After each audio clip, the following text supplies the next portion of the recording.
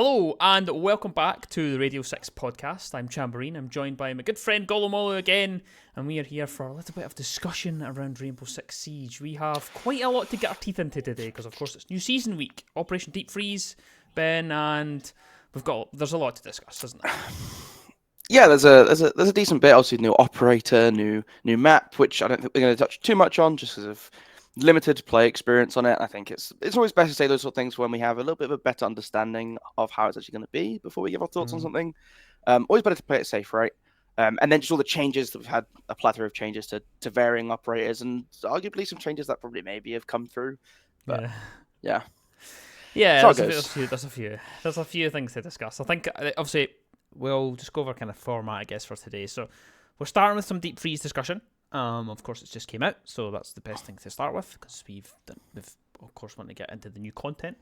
Then we've got a couple of suggestions for the balancing aspect of it afterwards because of the kind of impact of those changes. And then at the end, we will have a look at some off-season tournaments as well because we like to discuss a bit about the game, a bit about the kind of esports side of things as well. So we like to kind of hit on a bit of both. So if you're here for just some esports thing and you're not interested in our thoughts on the actual game, feel free to skip it to the end of that and have a look. But for now, we will be looking at some Deep Freeze thoughts. So starting with the obvious one then, Tubarao. His impact on the game so far has been let's say a massive effect. I think is probably the best way to describe it.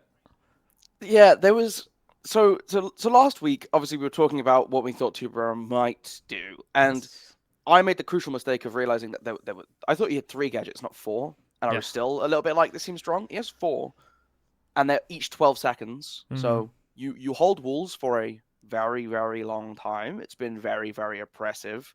I completely understand why we have quarantines on map and operator bans, especially with the way in which operators are introduced to the game. Obviously, if you get the battle pass or the year pass, you get that 2-week early access to operators, and it makes sense why they ban them in this period, right? If you don't have it or you haven't paid for it, because you have to pay for the early access effectively, then obviously you can just ban the operator and you go, haha, you paid for this operator early, you don't get it anymore. That sucks. It makes sense. It hurts when the operator is as powerful or as influential to where that you have to attack a map as Tubarao has been. His ability to lock down walls, pairing it with a Kaid or more notably the Bandit, is just insanely abusive. And it is really hard to deal with. And you're seeing a lot of people complaining about this, a lot of people finding it really tough. And that's not even like the only busted thing about this operator, right? Like the loadout's insane, the gadget is insane, and it's just so versatile. Yeah, I mean, focus on the gadget on its own. Like the ability to, of course, like you say, die for a decent amount of time. It also has the effects out with that. So like it's not just the breach denial. That's the big thing. Of course, it can waste a lot of time, but it impacts just about every single gadget on defense, on attack. It impacts people as well. So anyone walking into it, they get the area of effect kind of thing. They get slowed down a little bit. You can see their feet as well through the floors, which is I think a completely different way to play it. And I like the versatility of it. I like that, right? I like that we have different options and different applications of it. Because, like, for instance, like Cade, he does deny breaches, but that's realistically all he does. Yeah, you can use it on like barbed wire and stuff, but why would you? You're going to use it on a breach. That's it. Yeah. So I like that there's a bit of versatility, and I think that's what they were going for. I think they were going for a little bit more that you can do with it and not really just shoehorned into the one thing, which is fine, but it then creates that little bit of power creep, gives them a bit too much to do, or too much versatility. And I think that is it. It's been really felt. I've felt it. I've not played that much as well, considering I've been around a really busy week, and the games I've played, that Tubarao's there. It's just so much impact. I will say there's one thing that's quite funny in that if you played a lot of Maverick, so Maverick is the immediate sort of response, right? In the experience for myself this week, it's been we're droning in. Normally we're pretty passive with drones, right? You want to keep them alive, especially with Solis existing. You want to hide those away. You want to be able to have them throughout the round. But it's like, okay, well, we need to find out if they're running Tubarao. If they're not running Tubarao, then we don't need the Maverick. But if they are, we have to swap onto that. So we have to know early. Yeah. And so you grab it. If you played a lot of Maverick back in the day and you know how to open the hatches or you know how to trick a wall quickly, I think this is one of those tools that a lot of people should know. but just due to Maverick not having been needed for a really long time, kind of since the old bandit trick meta where like before people really started timing things like Zofia blasts up towards Maverick tricks, or started using frag grenades from below. It was all pre this time period, right? So it's probably been a good like year and a half, 2 years since we really needed like Maverick tricking as a tool that you had to have. So I think from that sense, it's been interesting to see that sort of return, but it's annoying that it's the only way to get around it. Yes. And when you're limited to, oh, they have this operator on the board, we have to use this one thing and we have to change our lineup around it, it does become just really frustrating to have to deal with and go, well, now you're limited so much in how you have to play the game as an attacker. And this has been one of the problems with a lot of the attacking operator. The difference in attacking operators, the defensive operators that have come out for me is that we've consistently seen defender operators introduced every 6 months, right? Because one season's a defender, one's an attacker. So every 6 months, we'll see a new defender who comes in who just has very flexible, very versatile utility. And obviously there's this push that we can see from Ubisoft where they want to go, okay, we don't want operators who just, you put the gadget down in preparation phase and you run off and you don't have to worry about it now, because that was really strong. Yeah. Having a Jaeger who can put 3 ADSs in important positions and then run around, if you die, you still get those ADSs, that's really good. And obviously having these operators where if you die, you lose that power. Azami, if you die, you don't get to throw out those extra keybers. But in exchange for that, they've made the keybers a lot more powerful. And Tubarao falls into this gist. Whereas you look at the attackers who all fall into these very niche uses. Ram, only great if you need verticality going down. Flores, only really good if there's specific positions you want to clear with explosives that, especially now, I mean, but they fill these niche roles, right? And I think we're not seeing that come in equal shares. So defenders keep getting better and better tools that are always good. And attackers are like, oh, they're doing this one thing. We can pull out a Ram here and really get the upper hand. And I'd like to see a little bit more of a sort of convergence with the defenders doing this, where they're useful for specific things, or they have these niche areas where they're really great in, rather than, oh, this is Tubarao, he does everything. Yeah, exactly. There's a few operators that have came in just like that, and we will kind of discuss those later on in this kind of segment. But kind of coming back to like Tubarao's loadout and its own thing, of course, the gadget we know, very strong, very simple. You just toss it on a wall. That's it. There's no charge up. There's no anything. There's no wait time. That's it. You just throw it and you get 4 of them. I think that there's discussions to be had there about how many that he gets, how easy it is to do, because again, you just throw it. That's it. There's no, for instance, like a Cade claw. You actually need to kind of get some time in because it takes a little bit to activate. With Bandit, you have like the place down kind of actual, I guess, like engagement with the wall. You need to actually have like some sort of interaction. So it's not quite like that. You just toss it and you can move away, and you can, quick peek out, throw it, and then move back away. So it's very strong in that sense. But looking at his actual loadout, the big discussion, of course, is the DMR. I think personally, that's where where I want to focus on. Yes, he's got an MPX, but I feel like let's be honest, you're not going to take the MPX. So one time where you're not going to take it because you have the DMR. You have a 1.5 on the DMR. And it's an extremely strong DMR, 67 damage. That's 2 hits for most operators. 95% of them, you'll be down, and that's you. So I think like that's one of the big things. And I mean, I got a really big kind of wake up call when I first queued in and had a gunfight with him, and I was like, oh, wait a minute. Okay. Okay. Right now, I see. Just that was it. No chance at all. And I think that there's discussions in terms of like how the way the DMRs work, because I personally don't think we should be having DMRs on defense. I think we should still have the kind of older format. Maybe I'm old-fashioned in that we have, the attackers have the long-range optics, the long-range guns, and the defense have the kind of shorter, kind of closer engagement guns. I think that was a bit better way to do it. I think there was justification for that because it changes the way the DMR works. So on attack, it's used to, there's kind of a bit more balance because you've got an AR up against it. So actually, 9 times out of 10, you're better taking the AR. Whereas on the defense, you've got an SMG or something next to it, and it's actually more power in the hand of the DMR. So for me, I don't think we should be having DMRs. I don't think on defense. I think just as a blanket rule, I just don't like seeing them. I don't know about what your opinion is on that, Ben.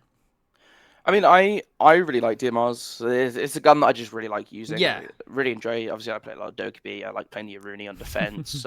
Kaid. I mean, I know the TCSG is technically a slug shotgun, but it acts like a DMR in terms of how you use it. You take gunfights like it's a DMR.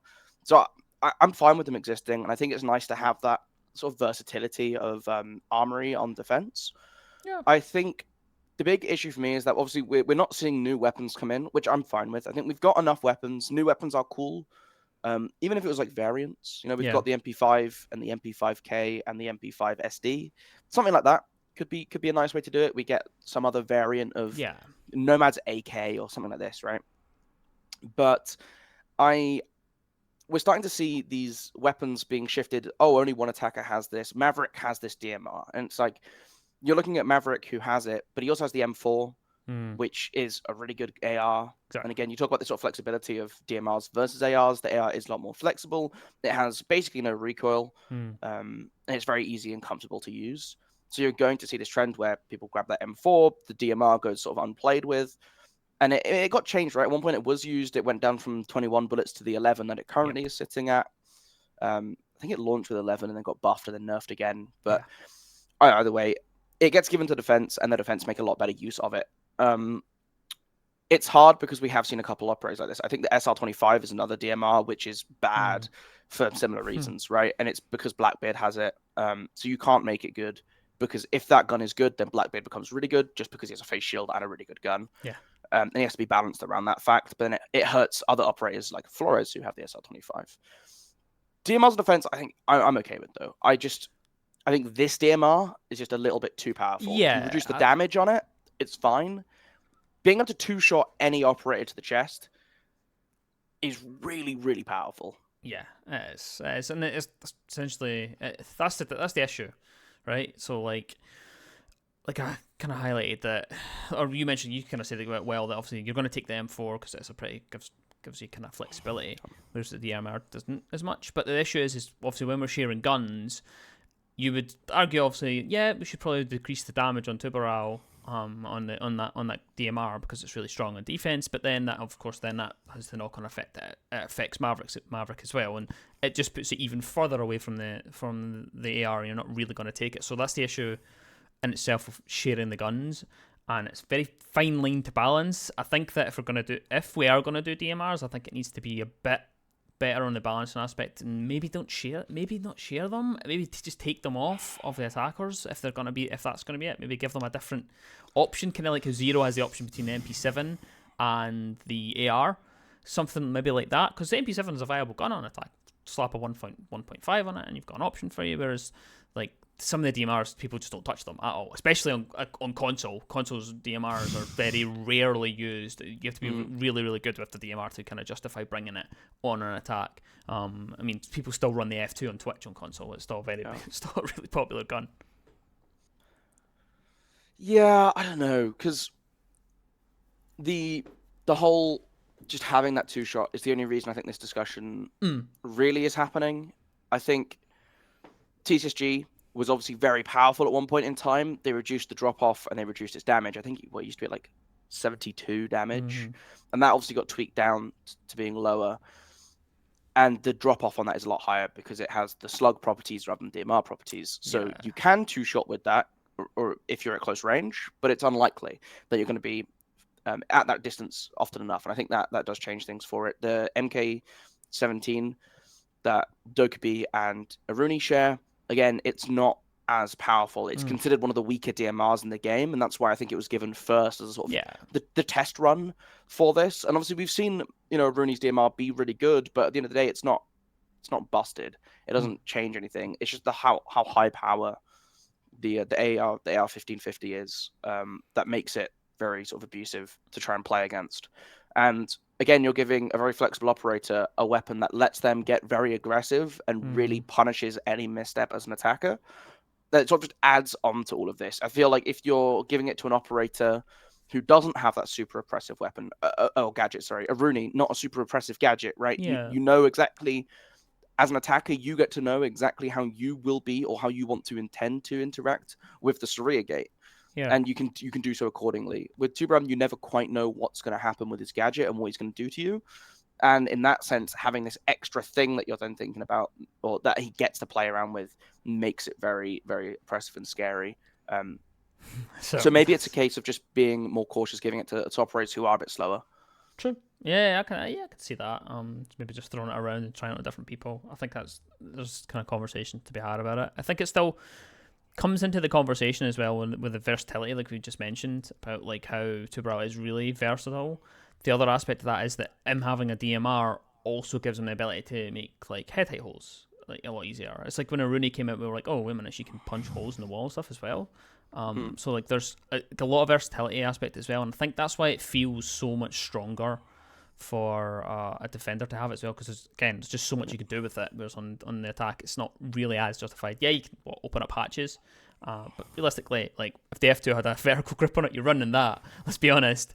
So I think there's a bit more conversation to have about whether it should be tweaked in terms of the damage, and I think that the issue is that again it affects Maverick and it just gets a bit messy.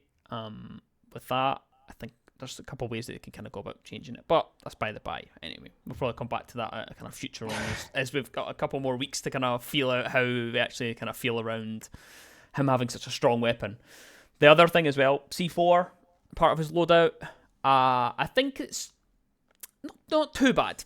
I don't mind it too much. I think because of the way that the actual thing works with the actual interaction with the ice, I don't think it's too bad. You have to actually have a bit of kind of sense to use it. I don't think it's the worst thing. I think it's more the combination of strong gadget, strong gun, strong secondary gadget as well makes him like a package that, let's be honest, you're not going to not bring. Yeah. Again, I think my take on the Nitro falls pretty similarly with the DMR. It's good. I'm fine with him having it. I wouldn't be surprised if anything changes. I think losing the Nitro might be the first thing to change. Yeah. It's not the issue at all, but we do see a lot of shuffling of secondary gadgets, shall we say. I think it's okay. I think it takes a little bit of skill to pull off. I say a little bit of skill. Just shoot the Zoto. Just throw it on the ice, shoot the Zoto, detonate it. It's not rocket science. But it's fine. I haven't played against a Tubarao and been, oh wow, this Nitro Cell's so annoying to play against. Right? Exactly. It's a Nitro Cell. It does what it's supposed to do. Yeah, that's what I'm saying. I don't think it's overly oppressive. I think it's fine. A combination with the gadget's fine. I think it's one of the few gadgets where it kind of makes sense, kind of like Pulse C4.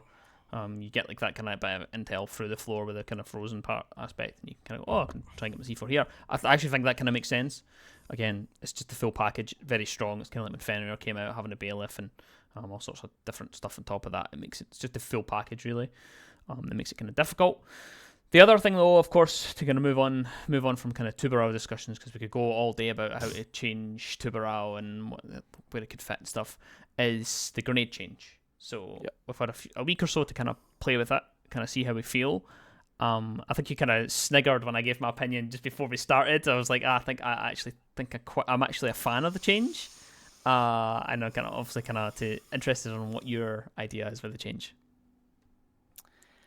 I don't like it.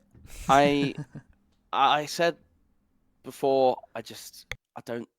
It's annoying. It was frustrating to die to it, sure, but I think it's fine. I think it just was a tool that attackers had to sort of counter some of the more annoying and frustrating things defense can do. Defense is always stronger. There's not really a need to take this away. If you wanted to sort of reduce the impact of grenades, I think the thing to do was to adjust who has them. And it's just to adjust who has them in a smarter way than we've seen sort of... We started to see this, right? They moved nades onto operators that are a little bit more...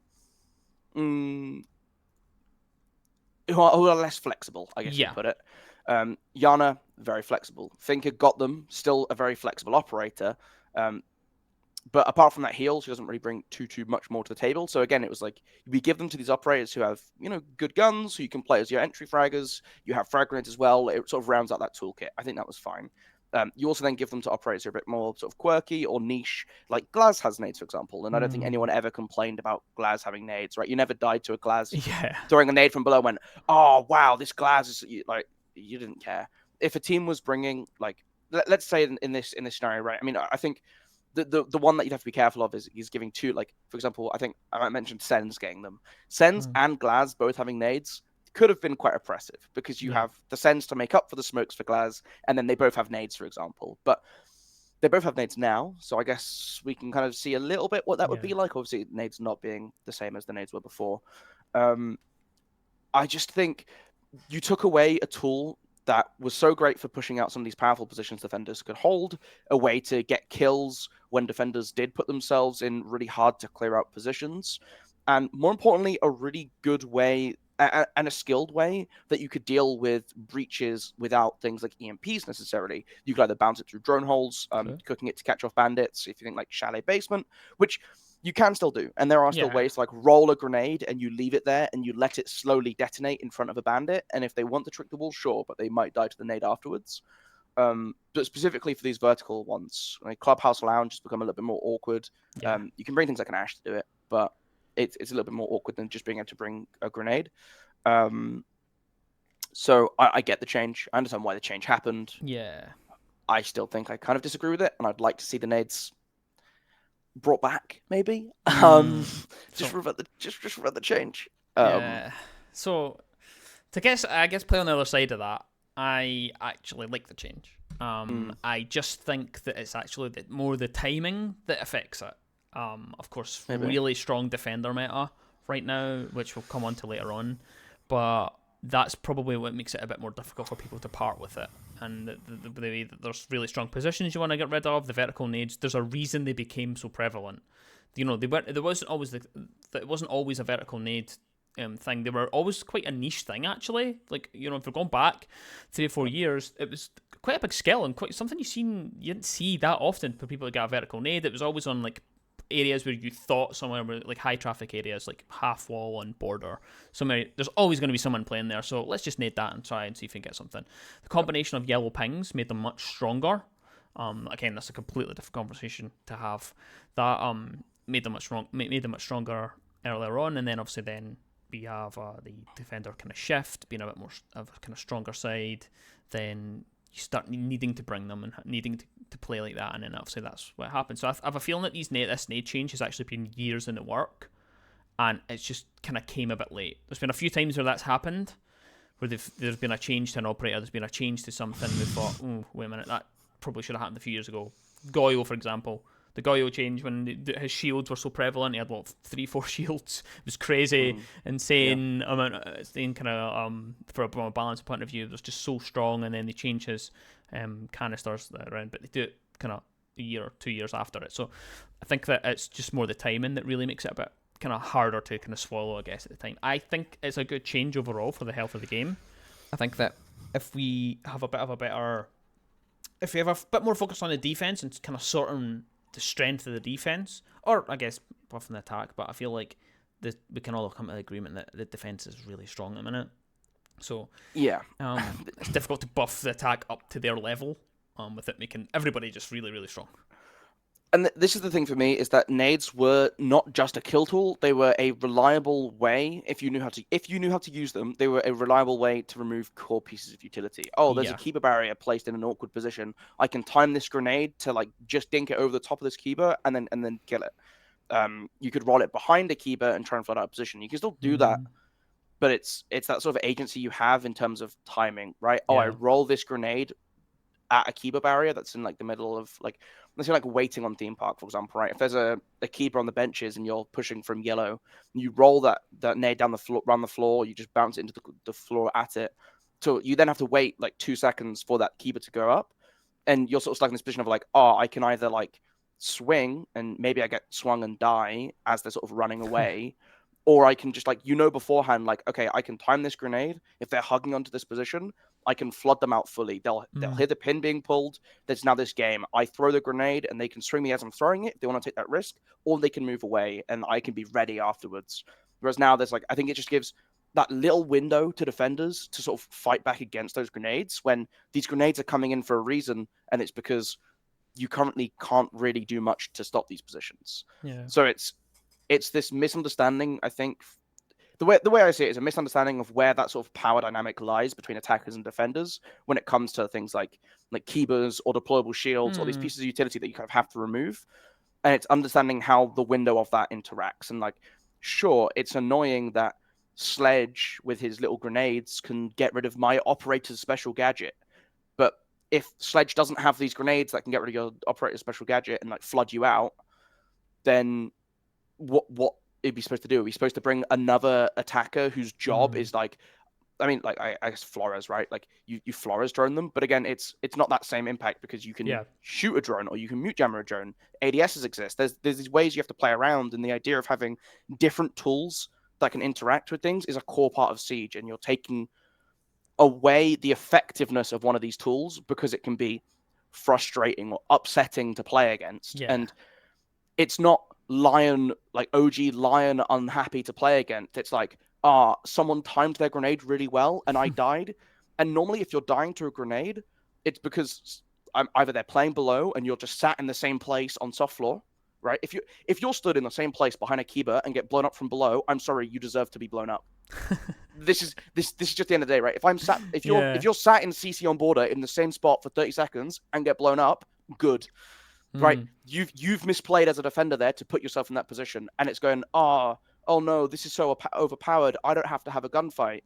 And I know the Nitrocell conversation is different, but it's similar, right? It's like, like if you're getting caught out by like a Nitrocell from below, you don't go like, oh wow, Nitrocells are so overpowered. You go, they threw that Nitrocell well enough to put it in a position where I'm going to walk over. Or, they'd hidden a black eye in there that I hadn't found, that they then got the information to kill me. You can say about what you want about yellow pings, but there's always something that goes into putting that Nitrocell or putting that grenade in a position. If you have learned the common positions that people sit as Azami in CCTV on border and blow them up, you deserve that kill. You have worked for that kill, and that's something that should be rewarded in Siege. Yeah, I can see that. I can see the kind of argument for it. I still think it's not that big a deal. I think it's more big a deal because of the way we sit in the meta. I think. Well, that's the thing. I think, Azami's the one you highlight the most there. Like, it's just because she's so strong. But every change has to be looked at in the context of when it's brought about, right? Yeah. If they had, I mean, I guess this leads on, right? But if they had nerfed Azami and Tubarao wasn't as strong as he is and doesn't literally like the best way. I mean, you've seen people sort of talk about this on Twitter if you've been watching it, right? Like nades would have actually been the old nades would have been a really consistent way to deal with Tubarao. Yeah. They throw it, you can nade under, the bandit gets caught off, and then the bandit either has to back away or dies to a grenade, and then you can get the wall open because they can't throw another freeze down because the nade will blow it up. This is actually a way to do it. Kali is still useless against it. But she blows it up, right? Well, no, but she also blows up your thermite charge. So just like, again, another reason why Kali just sucks. Just honestly, if they made it so that Kali's gadget didn't blow up the thing on the front side of the wall, I think you could instantly see that become way more viable. I'm trying to think of a reason in which that would hurt you. I guess if there's like a Maestro Evil Eye on a wall and you like shoot the lance into the wall next to it, it wouldn't blow up. It would blow up on the other side. So that there's things like that where like I understand for a fundamental reason, like for like a playability reason or consistency, why that would be frustrating. But that would, for hard breaching, if that's what they want her to do, that would help. Obviously, they've given her 4 lances now, and that she has just 4 explosives now. I think she's fine, but yeah, I think the reason that I actually kind of like it as well in a minute is because it's something different. I think that's one of the reasons I like it, because we've casted a lot, we've watched a lot of Siege over the last few months, and it does kind of feel like some of the same stories, the same thing. We're okay, guys. Like, let's nade the Azami out of CCTV. Let's do that. Like, and I think that it's changed a few things. This just changed the way the kind of you have to kind of try and coordinate with your teammates. For instance, like rafters on Clubhouse. If you're clearing that out now and you're sending, you used to be you would flash like nade them off and then hopefully kill the person on rafters, and then you get that position and clear out the keeper barriers if there is any there at the same time, and then you have control. Now, of course, because it's rolls on the ground, you're more relying on using the nade to displace the Azami and then having someone else there to actually capitalize on it. So it's a slightly different interaction, which for the few times that I've used it, just like, I mean, I've already got so many kills, actually not from nades, but from just tossing a nade at someone and being like, yeah, you're going to have to move, buddy. Like, and it works. Yeah. So I think I've enjoyed it a bit more than I thought I would have. I was coming into it very much in the same camp as you coming into the season. of like I don't think it's the right timing. I was a bit more kind of negative with it. But for the few interactions I've had, I think that it's fine. It's probably where it fits. I think it's not great. It's not bad. I think it's fully middle of the road. I think it would be less of an effect again because of where we sit, like you highlighted. If they changed Azami, if they changed Fenrir, if they changed some of these like more kind of stronger operators, Solis, if they changed all these different operators on the defense before then it would have been a different story. But it's just unfortunately these things take a lot of time to actually get trialed and tested. They said in the patch notes they tried, they tried having it two nades, giving people one nades. They tried all different kind of combinations of different ways that they could actually have it interact with people, and they kind of decided this was the best way. I mean, the amount of time that it's probably been a couple of years probably of them trying different ways to do it, and then it's just falls at the wrong time. And I think that's just unfortunately one of those. Unfortunately, what's happened with it, I think. I completely understand why the nades were changed. I get their reasoning behind it. Yeah. I get what the nades are now supposed to be, which is that sort of throw it, they either have to respect the grenade and move, or they get blown up. I just think we already had tools for that as attackers. And I mean, we had Capital, we had Grim, who got buffed, right? And I think I think I'd rather just have my teammate pick Capital. Like if I'm clearing like rafters, for example, right? I'd rather, like, if someone's like, oh, I'll grab, like, I don't know, Finker for the grenades, and I'll throw the grenade up on just pick Capital, just be useful. Like, just get Capital, we get smokes as well, we get hard breach charge or EMP, Anagon 6. Like, it's just like, yeah, I understand the change, and they still do some of the things that nades do, but they're not the same. They're not the same, and that's the end of the day. And obviously, this is partly like a response of, I don't like new things. Give me my nades back. Give me my nades back. The ever, the Siege community doesn't like change, and I'm definitely part of that. But just I understand it completely. I'm just not a massive fan.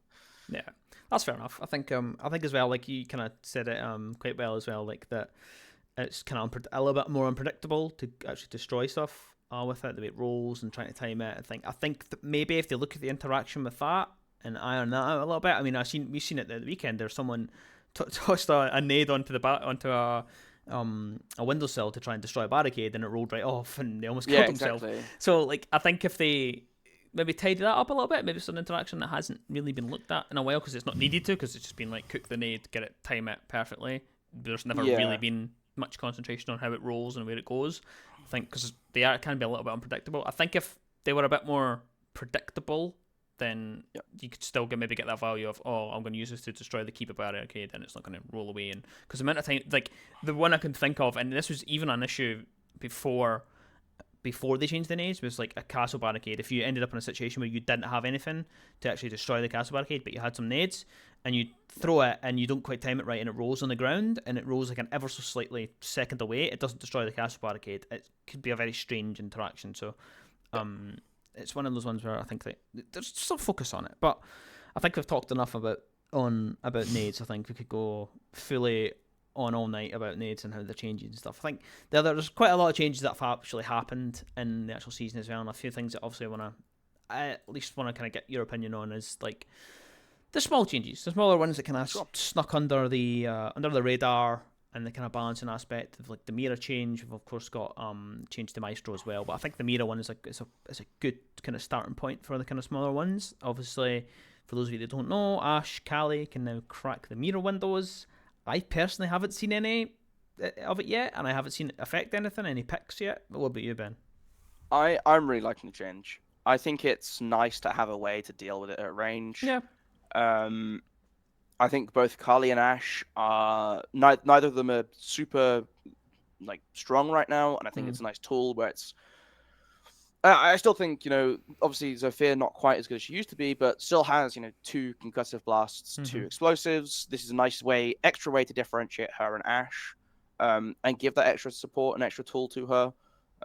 It has been great for things like E-Box on Oregon Basement, for example. A lot of these core spots where you just know there's a mirror window that's going to be there, having a way to actually be able to deal with that. And now this operator who is really strong has another way of countering it. And I think this for me is like the biggest thing with Siege, right? It's like it's like moves and counter moves, and how do you respond to that move, and how do you respond to this? And it's like an E-box mirror window, for example, the way you would sort of have to be forced to deal with it is you'd have to go above, you'd have to open up E-box hatch. Yeah. I'd say have to, you want to do it anyway, but like you couldn't deal with it until this point in the round. Whereas now you have a way of like, okay, well, I can get a teammate to throw some flashbangs in through bunker. If there's nothing protecting the window forwards, I can try and just blow it up immediately. I can try and get rid of this threat. I mean, the window stays there; it's just cracked, right? So, but you deny that line of sight, that way to sort of interact outside bunker door, and I think this is a really nice change. I think so. Yeah, I like it. I like it. Yeah, I like it as well. It's not like I say, I've not seen any examples of it yet. Both through playing and watching. I've still seen bans coming through from Mira. She's still getting banned. Yep. And I think she still is a viable ban. I think she's falling more in line with being balanced. She's not as oppressive as what she used to be. And I think we're slowly edging towards Mira being in a comfortable spot. I think we're getting there eventually. I think we will eventually get there. I think that this is kind of the right way, and I'm quite happy with that. The other one as well is, of course, that kind of again flew under the radar, is the Maestro change. Yep. For those of you that are Jinxie enjoyers, he rated the Maestro now, I think, in his top 5 of defense operators, which I think is a big statement. To say. Psychopathic behavior. I don't think he's quite that strong. He does have 3 cameras now, of course, up from 2. An extra camera. I don't think it justifies him from being that strong, but he is pretty strong. But still not gonna displace the kind of main that we have right now, is it? I mean, I understand the reasoning behind it, right? It is a big change, and I think he is a lot more fun to play now, at the very least, right? You now have this full network of evil eyes, and you can start zapping around with the increase from the 5 to 6 seconds, which might be the bigger change. In that, especially with since the health got reworked, being able to now actually take down or fully take down a 125 health operator is really nice. Yes. So that's a nice little buff as well. I think Maestro still suffers from Maestro issues, and we talked about this last week, which is very easy to displace. There's not enough hard utility. I say this, Azami exists, but we're saying, there's not this whole sort of sync meta that we're seeing fall into. People tend to have a couple spares, with nades no longer really being used for killing either. It adds more tools that are there to kill utility. It's nice to have this extra piece of insurance. Even if you throw it forwards, even if it gets hacked by a Bravo, you still got 2 more. It still suffers from the same things Maestro suffers from, but it is a really nice little buff to play. I will say the first couple of times that I picked up the Maestro, I placed my first 2, and I was so used to all the setups with 2 that I'd go, where do I want this third camera now? Okay, and then you sort of like wander around a little bit. You're like, this is another spot. This seems good. So it is really nice. It is a nice buff, and just for Maestro, I think it just adds a bit of comfort as well. Yeah, I think it's a nice little change. Again, it's one of those ones where I think that kind of like the Mira change will take a bit of time for people to really see the impact. Of course, Tubarao came in full guns blazing, and that's where the discussion point is. It's one of those ones that just, again, like I've said it a few times, flies right under the radar. People will just kind of be like, okay, nice. Still gonna take Azami though. Like, still gonna take Solis. So I think that there's still wee ways to go, but I think that's just where we sit kind of in the meta as a whole. So I think for the balancing side in terms of the changes to the different specific like operators, there's a couple of kind of gun changes, like the 5.5, is it 5.5.6, I think, is it? Was changed. 5.5.2 even. 5.5.2 Commando. Like the damage was changed in that. I think that was more obviously for Grim, because Grim's prevalence just kind of came up, which is nice actually. I quite like that. There's kind of more maybe discussions there. I'll actually quite like seeing the Grim coming up. Considering how kind of badly that operator launched. It's nice to see someone kind of make a bit of a recovery and be viable as well at kind of top level, but that's a discussion for, I think, another day. The other changes, I guess, or maybe not so much changes, maybe additional, well, there's a bit of a change, but yeah, additional stuff that was added was, like, of course, like the landmark drill. You've got the target drill as well, and with that, unfortunately, the removal of T-Hunt, I know, or as some people call it, training grounds is the newer one. Terrorist Hunt was the old way.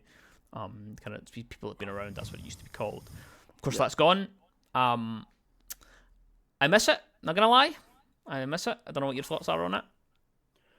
I'm torn. I think training grounds or T-Hunt was great. It was a great warm-up tool. The main one that I know a lot of people started moving on to was obviously the defuse the bomb, because there was 22 in a regular T-Hunt. I think 20 spawn in the map on the bombs version. So you could go and clear all those, and then you plant, and then you get a whole. You basically get like 2 waves per diffuser timer, maybe 3. So you get a lot more out of it if you do that way. And losing that obviously does hurt. I think the foundation for what the new one could be, the target drill specifically, it is really sort of hopeful. Something I'm really hopeful for. Yes. I would.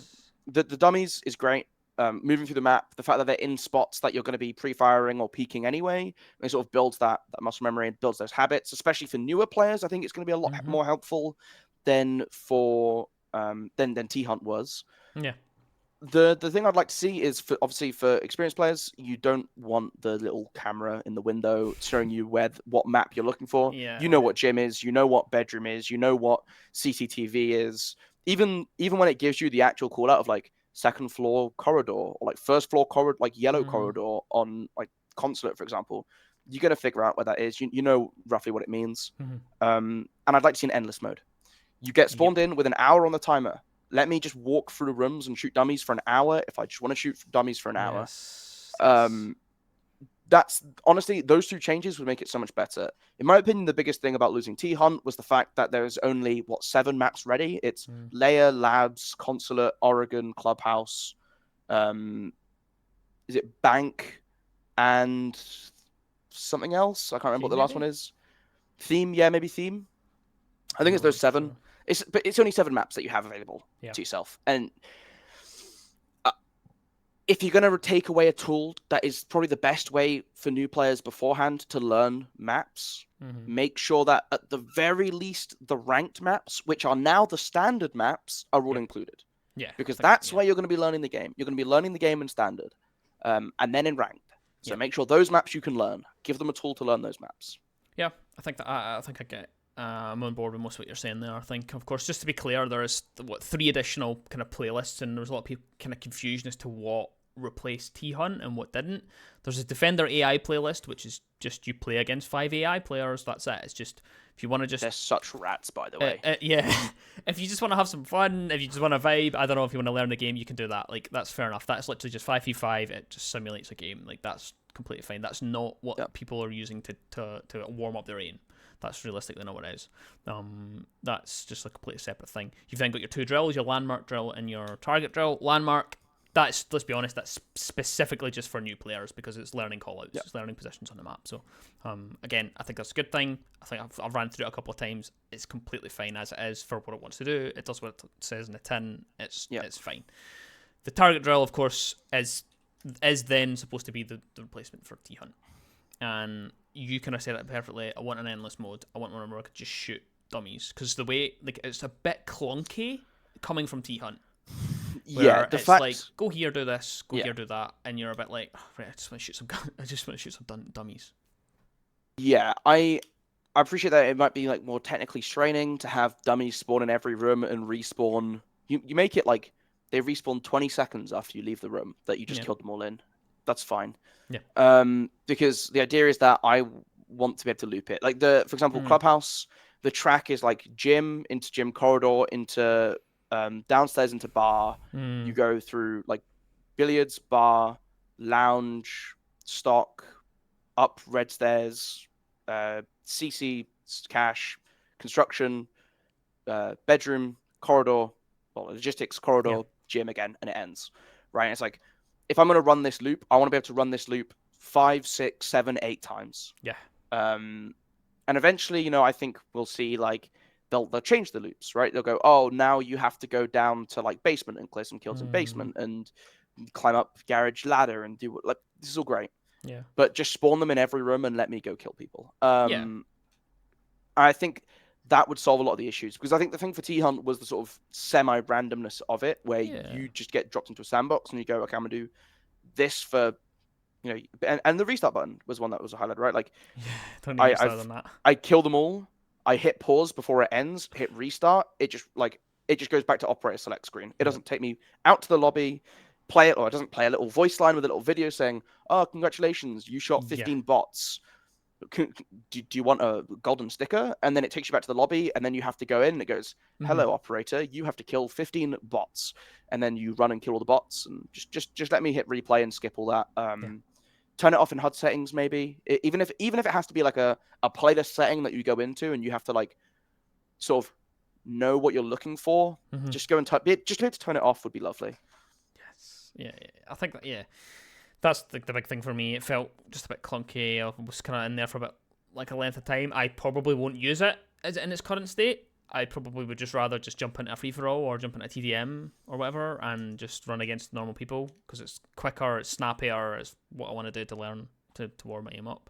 I think that's I think that's the issue with it. It's pretty bare bones to start with, which is fine. I'm not angry at that. I'm not annoyed at that. I think that's completely fine.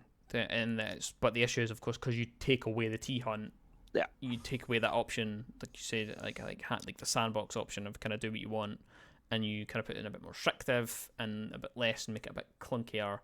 It's difficult to receive, and it's not landed that well for a lot of people. So I'm hoping to see a bit more changes to it. I'm hoping to see just literally, again, I think that is literally it, just an endless mode, spawn dummies, whatever, and let me just go do whatever I like. Because in an endless mode would actually do really, really well. Because again, if you just restart, the amount of times I've been on house and just restarted, just ran through, restart.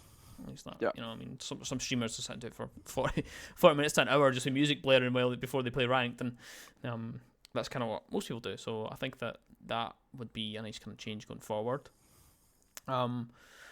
In terms of the actual playlists, I think they're fine. I don't think there's any crazy issues. I think it's just the fact that losing T-Hunt in the same season is having something a bit clunkier is where most of the issue is, which I think it will improve over time. So, I'm going to be popping off being like, oh my god, this is a crazy change. This should be changed. It's not that big a deal. I think more the bigger deal is more the standard and quick play. Still needs tweaked a little bit, but I think that's a separate conversation for another day. In terms of like the season, bit of a ropey start as well, Ben, wasn't it? Bit of a not quite a conventional start. Of course, it was delayed and then it launched, and there's been quite a few bugs, and there's some things that we want to just talk about just for a few minutes, just because some of them are bugs, some of them are maybe bugs, some of them are maybe changes, and it's a bit of a funky one. I think the main one obviously being the mute bug, the warden bug. If you want to kind of explain what. Yeah, these operator bugs are weird. There's all the jokes about spaghetti code.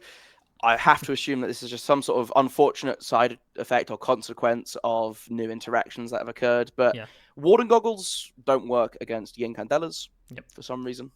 Don't know. How you managed to not make this work is I'm not quite sure what's happened there, but they don't. It still works with flashbangs, so that's something. Mute can now stop some hard breach gadgets. Mid activation. I think it's thermites, Habanas. Is it Habanas? It's thermites and hard breach charges definitely. Maybe X Kairos, but Selmas are fine. So if you're playing Ace, don't worry about it. The bulletproof cameras can now zap and EMP thermite charges mid-detonation. There is now a very funny sort of setup you can do with 2 bulletproof cameras. The rotation is long enough where if you have 2 bulletproofs watching a breach, you can lock a thermite out infinitely. Funny, not very fun. But that's another one. So those are the main 3 I think that have come up and have all been a bit wacky. The mute one they have said is definitely a bug. Yes. The warden one they've said is definitely a bug. So this is not some hidden. I mean, obviously the warden one we knew was going to be a bug, but this isn't some hidden like update to mute that we thought it might be immediately. This is just an error that's currently occurring. We just have to live with it. We just do. I think the bulletproof cam one. I think that comes in. I'm hoping that it is a bug, just because of course if you have 2 of them, you can have them fill in the loop. But at the same time, I would actually see why they would do it, because a lot of the time people don't use that EMP. I always forget that EMP exists. They added it, a few years ago, and I thought, you're lucky if I've used it like twice. The amount of times I just throw a bulletproof cam up where I need the bulletproof cam because I need the intel. I don't really need the EMP. If I've got it, I'll use it. But, so it wouldn't actually surprise me if it was there on purpose, but the issue is if you pair 2 of them together, they become really, really strong. Yeah, the bulletproof is there. Like, I think 90% of the time you're using it, it's just to zap a drone, which, again, I'm fine with. A bit of information, and you deny the drone occasionally. Like, a drone swings around a corner, you zap it, one of your teammates just shoots it. Pretty nice to be able to have. It shouldn't be able to stop a thermite. I think that's just silly. Especially because there's no good way to get around it, right? Because you're thinking like, oh, well, do I nade it from below? Nope, you can't do that anymore. Do I shoot an Ash breaching charge at it? Well, depending on what the breach is, you might not be able to get one in position to do that. Do I try and Flores drone it? Well, if they EMP the Flores drone, then when that EMP runs out, it's just going to explode wherever you got it to. So it's not reliable enough either. Twitch drone, again, you need to get it to the sides to zap it. So if they can see your Twitch drone first, they can EMP it and stop you from doing it. There's the ways that are supposed to sort of interact with EMPs don't allow you to do so for breaches. Yes. So that's why I'm hoping it's just a bug. But I haven't seen it. They might have made an announcement at some point that I just missed. Yeah. I'm pretty sure it's a bug. Yeah, I think so as well. I think it's just an interaction thing where, like, the Tubarao change, because there's a lot of interactions between gadgets. I think that's what's happened, which, to be fair, we're used to these things happen. It's a very big game. It's a very intricate game, so it's no surprise when we get something like that. The only thing is, of course, happy that it's happened in an off-season. I will say that. Because that would not be fun going into SI or something like that, because, very difficult to deal with. But, yeah, there's been quite a lot of changes. Is there any other changes you want to talk about, Ben? Is there anything you want to add? Anything? I want to talk about just one other bug that's been really annoying, which is sometimes you get kicked from a lobby and you can't reconnect. It will, when you go to rejoin, it will say you can't join if you're in a squad. You leave the squad, and then it goes, oh, there's been an error. You can't connect to the lobby. I have now been DC'd 4 times. I have 4 abandons this season. I think I've had 1 abandon in the last 3 seasons combined, and I have 4 already because my game will kick me back to the lobby, and then I can't rejoin, and I just have to take the loss. So I'm currently on a 2-day suspension. That's rough. So, yep. So we are 5 days into the season. I've had a 2-day ban, a 1-day ban, a 2-hour ban, and a 1-hour ban. For being kicked and not being able to rejoin. I cannot change anything to rejoin that, so that's fantastic. I just want to play more Siege. Just let me play more Siege. Yeah, there's also been a few crashes as well. There's been reports of people's games crashing quite consistently. Struggling to get. I know that we on Saturday, our observer couldn't observe the game because his game wouldn't start. Fully update, full everything, drivers, the full whack, and the game wouldn't work. So, a couple of issues. Again, these things happen in the new season. It's just not fun, and I think that we just need. I think we just need a win. I think we just need a season to just come out and be like, right, okay, that's it, great, nice and smooth, easy peasy. I mean, I've had some issues on my own end as well, redeeming battle pass issues. I've had forgot that I had to pre the year pass, so I just couldn't play Tubarao on that was on PlayStation. But then when I went on PC, it was fine.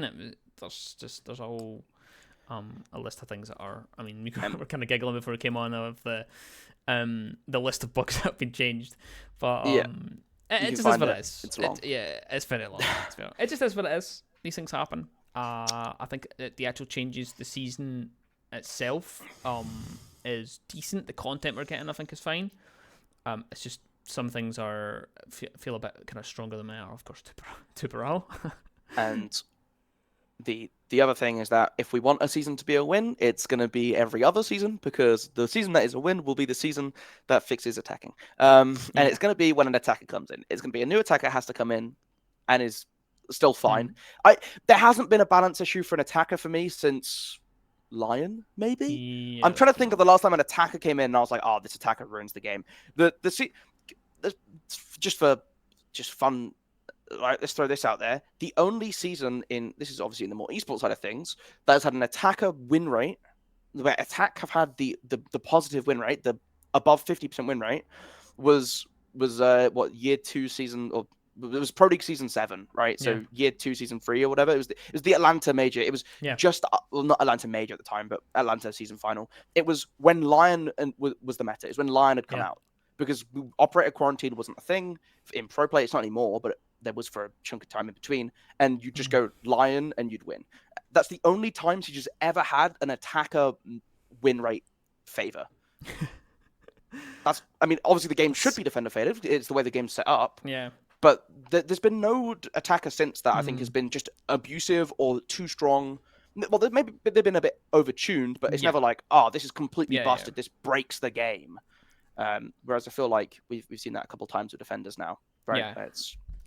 I think that kind of segues us nicely into our kind of next point, which was just about kind of some suggestions and discussions just around kind of balancing changes out with, like, of Tubarao and this specific season. Of course, that are obviously this season's a bit more amplified because of the way the meta sets just now. So I think that there's a couple things that need to be focused on. Of course, the big one, defenders really, really strong. But attackers I would argue, are weaker. And the reason I would argue that is because we've had quite a lot of what I'd like to just call easy gadgets for the defense. Just very simple. You know, your last few you've got Tubarao, just tosses it at the wall. That's that. Cool. Where's the action happening? Like, just throw it. Cool. Yeah. Fenrir. Yeah. Okay. Where do I think they're going to come from? Cool. Let's just throw it at the wall or doorway or whatever we think it's going to come from. Yep. Solis. Yeah, cool. She does require a bit more, but again, you just activate her gadget and you can see literally every piece of electronics within a 30-meter radius. It's crazy. It's very simple. Again, easy. Azami, you just throw a Kiba barricade where you want it. Again, easy, simple.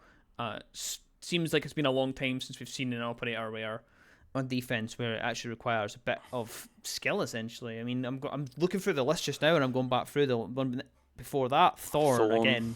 Throw it on the wall. Thunderbird, just set and forget. Arune, throw it on it, up. You know, it's going all the way back to, I mean, Oryx was the last time I had one where you had to actively play into the style of it and change the way you played the game, I think. Whereas on the attack, I mean, Ram's probably the one that... Ram actually is kind of... I actually think she's kind of fine because she's actually in that, kind of fits into that of just throw it and... like, that's it, which is fine. But, like, Brava, for instance... You need to be really good at Brava. I play a lot of Brava, and you need to be like on point with your Brava skills. Grim, even in his current state, you have to be very, very good at like timing it, make sure you're safe. Sense, very specific. Even Osa, again, very specific. Doesn't feel as strong as maybe what she did when she came out. Flores again, and you're just kind of going back through it, and you can kind of see that relationship of the defense have it pretty easy for what they need to do. I think anyway. I think it's not necessarily...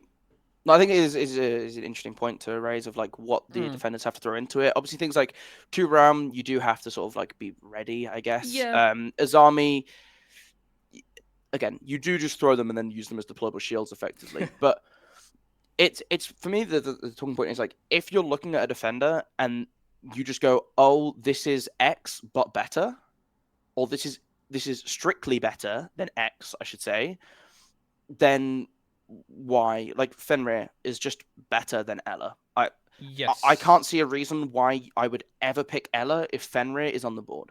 Yep. Sure, like, if you love rocking the Scorpion, but like the gadget is just a vastly better version of the Grismot because it blinds them. It's effectively a free kill if you're using it correctly. When they walk through a doorway, or they're walking through a doorway and just spraying, and you just get sort of pre-fired, and it's just like, okay, well, fair enough. You're looking at what ones have there been? Solis, strictly better Vigil. Vigil has fallen off a cliff. Right, this is the point we're having this discussion, just chatting one day, right? And it was like, I genuinely think Vigil might be the only defender in the game that I can classify as useless. Yeah. Why would I ever pick Vigil? Just play Solis. Oh, the drone might not know I'm there. Well, let's be real. You can hear the footsteps of the Vigil moving around. So you go, oh, they're vaguely in this area. Oh, I can hear footsteps by this table. I think they're somewhat here. Okay, well, you can lock down a Vigil pretty reliably. Solis, at least I know the drone's coming there. I can shoot out the drone, and now they have to start from square one. Or, right, it's like... Just poor Vigil, honestly. Vigil's just been completely crept out the game. I think it's like that and Cav, and that's because Cav's like situational. But if you're pulling out Cav, you're not like you're doing it to play Cav. You're like, oh, haha, let's like get an interrogation. It'd be kind of funny. So it's like whatever. But Cav's always going to be useless tier just because she does nothing. Like, she is a do nothing operator. And Vigil is now a do nothing operator. So yeah, brilliant. It's the like joys there. I opened up the conversation on how to balance things. I think that we are suffering in this kind of defender side again because there's just not enough that you need to do on the defense to have an effective defense. Like, you don't have to work incredibly hard. Like, I feel like anytime I start like a map on attack, again, it depends on the map as well. Especially like, I'm trying to think of like ones where I know that I'm going to have to do so like a lot. Where I'm like, like I was just like kind of that kind of audible like Night Haven at the minute. Like anytime I'm doing a Night Haven, I'm just like, okay, here we go again, guys. Like, gonna need to do all this stuff, and it's like it's just really easy for the defense at the minute to just kind of chill out and be like, cool. Like, and you start a map on defense, you're like, yeah, I'm cool. Well, I mean, it opens up like that conversation you said about before we went live. You said about Night Haven and how like a lot of competitive teams are picking it, and they're picking into it, and they're on attack, and then they lose 6 rounds because they're on attack and they can't attack it because the defense are just like, yeah, cool, just gonna throw this up here, and like do what you want, guys, but you're not getting through. Like, there's just so much for you to do. It just feels it can feel overwhelming, especially if you're like a solo queue player. Like, anytime I need to solo queue on like bank or anything like that, when I know that there's just going to be so much stuff I need to actually get done, it's grim. And I think obviously siege experience should be experienced in a stack, but not everybody has that all the time. So, but yeah, defense I think there's a few changes that need tweaked, and I think that kind of leads us nicely into what kind of ideas we may have. My first one, an immediate one, is Azami, because let's be honest, I think she's the strongest defender there is right now. I think there's conversations for her to have for him, but I think she's the strongest one in that people don't ban her as much as like they ban Solis. Solis is really strong, so people ban her, but people prefer to keep Azami open than to ban her because she's so useful to have. Whereas like, Solis is like, oh, if you get stuck by a really good Solis, very difficult to deal with, but we don't mind not having it. It's not instrumental to her game, whereas Azami is like baked into the current meta right now. Yeah, I think the other one I'd be putting in that conversation is Fenrir. I mean, oh, look at that. The last 3 defenders released, all in the conversation for Miss Powerful. But we're not going to, it's just how it is. I think Fenrir is the most frustrating to play against and gets banned most accordingly for that. I know I just hate playing against Fenrir. I'm going to ban it every time. Yeah. And it does sort of, we're in a position, right, where there used to be this sort of idea of the trifecta. It was, do you ban Azami, do you ban Valkyrie, or do you ban Mira? Before Azami had come out and when sort of Maestro was powerful, it was like, you had this ultra effect of like, oh, do you ban the Maestro, the Mira, or the Valkyrie? Crazy to think we've gone from a time where there was genuine discussions of banning Maestro, and now it's like, oh, whatever, like, let's give this guy a 3rd camera, I guess, right? But it just comes down to how frustrating they are to play against, especially in like solo queue and ranked. And I think Azami eats a heavy amount of the bans in tournaments for this reason. Fenrir obviously really strong as well. Yeah. But it's like you have to pick your poison when you're looking at defense, right? You have to say, like, what am I willing to sort of run into head first and acknowledge that this thing is going to be super annoying. And for a lot of teams, it is getting rid of that Solis, getting rid of that Azami. And that leaves things like the Fenrir open. But Azami needs to be changed. And this kind of falls into this split of where competitive play and ranked play separates, right? Because you look at win deltas and none of these operators really look that abusive. Fenrir's sort of like under. I mean, both Azami and Fenrir are overpicked in that sort of overpicked category. But both have the negative win delta. I think Solis has a positive win delta. Slightly, but again, that's because Solis is a very ranked style operator. Oh, there's drones and there's like a claimer on this window. Oh, let's not run out this window. Let's go to this door instead. Like, things like this are just great to be able to have in solo queue sort of environments. But because balancing is often sort of used, and they've openly said this, right? This isn't like some sort of like secret that they use the delta to balance things. Oh, Ashe is overpicked, but like picked like every single game. Oh, maybe we should like take away her flashbangs so that like, she's a little bit weaker. And these do have changes to things. But when someone like Azami and Fenrir are so broken at a coordinated level, that isn't the level that, the majority of the player base are playing in. They're playing their ranked games. And this is where I think there's obviously discussions. Do you balance for the highest level with like the idea of like trickle down balancing? Or do you balance for the lowest level and just let the sort of, I guess the competitive level, the pro level, just have to figure out what's the most broken and most abusable and just abuse that? I obviously I'm going to come at this from the perspective of I would much rather see balancing from the top level down. I think if you're playing in your bronze ranked games, I don't think you really care what happens to Azami. Oh no, let's say I think the change that a lot of people are talking about, Keybers shouldn't last forever. Yes, that's the first one. You should not be able to throw a Kiba down in the prep phase, and with 30 seconds left in the round, when the attack is coming to sort of now push in, they now have to worry about this Kiba barricade. You can say all you want about time management. You can say all you want about not being prepared. There is so much you have to do as an attacking, as the attack, that like I think it's fair to say that these things are going to happen. There's going to be a deployable shield on site that's still left over. You just fight around these things.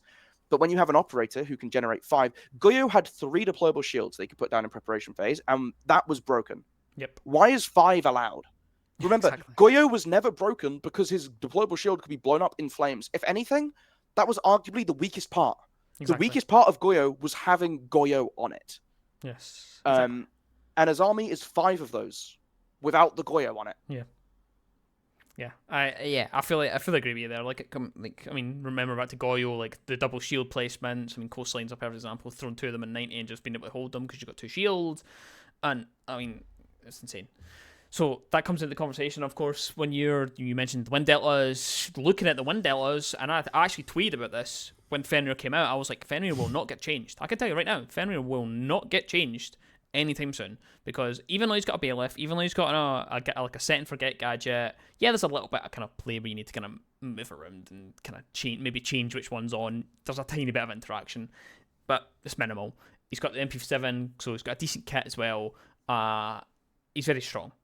Everyone knew that when he came out. Everyone said that when he came out. This guy is going to be very strong. He's going to be heavily picked, and that has been the case. However, that's only at the top or the higher level, whereas, again, in the mid-range and kind of where we balance it, and in the rank scene, which is what we kind of balance things off of, it's not been the case as much.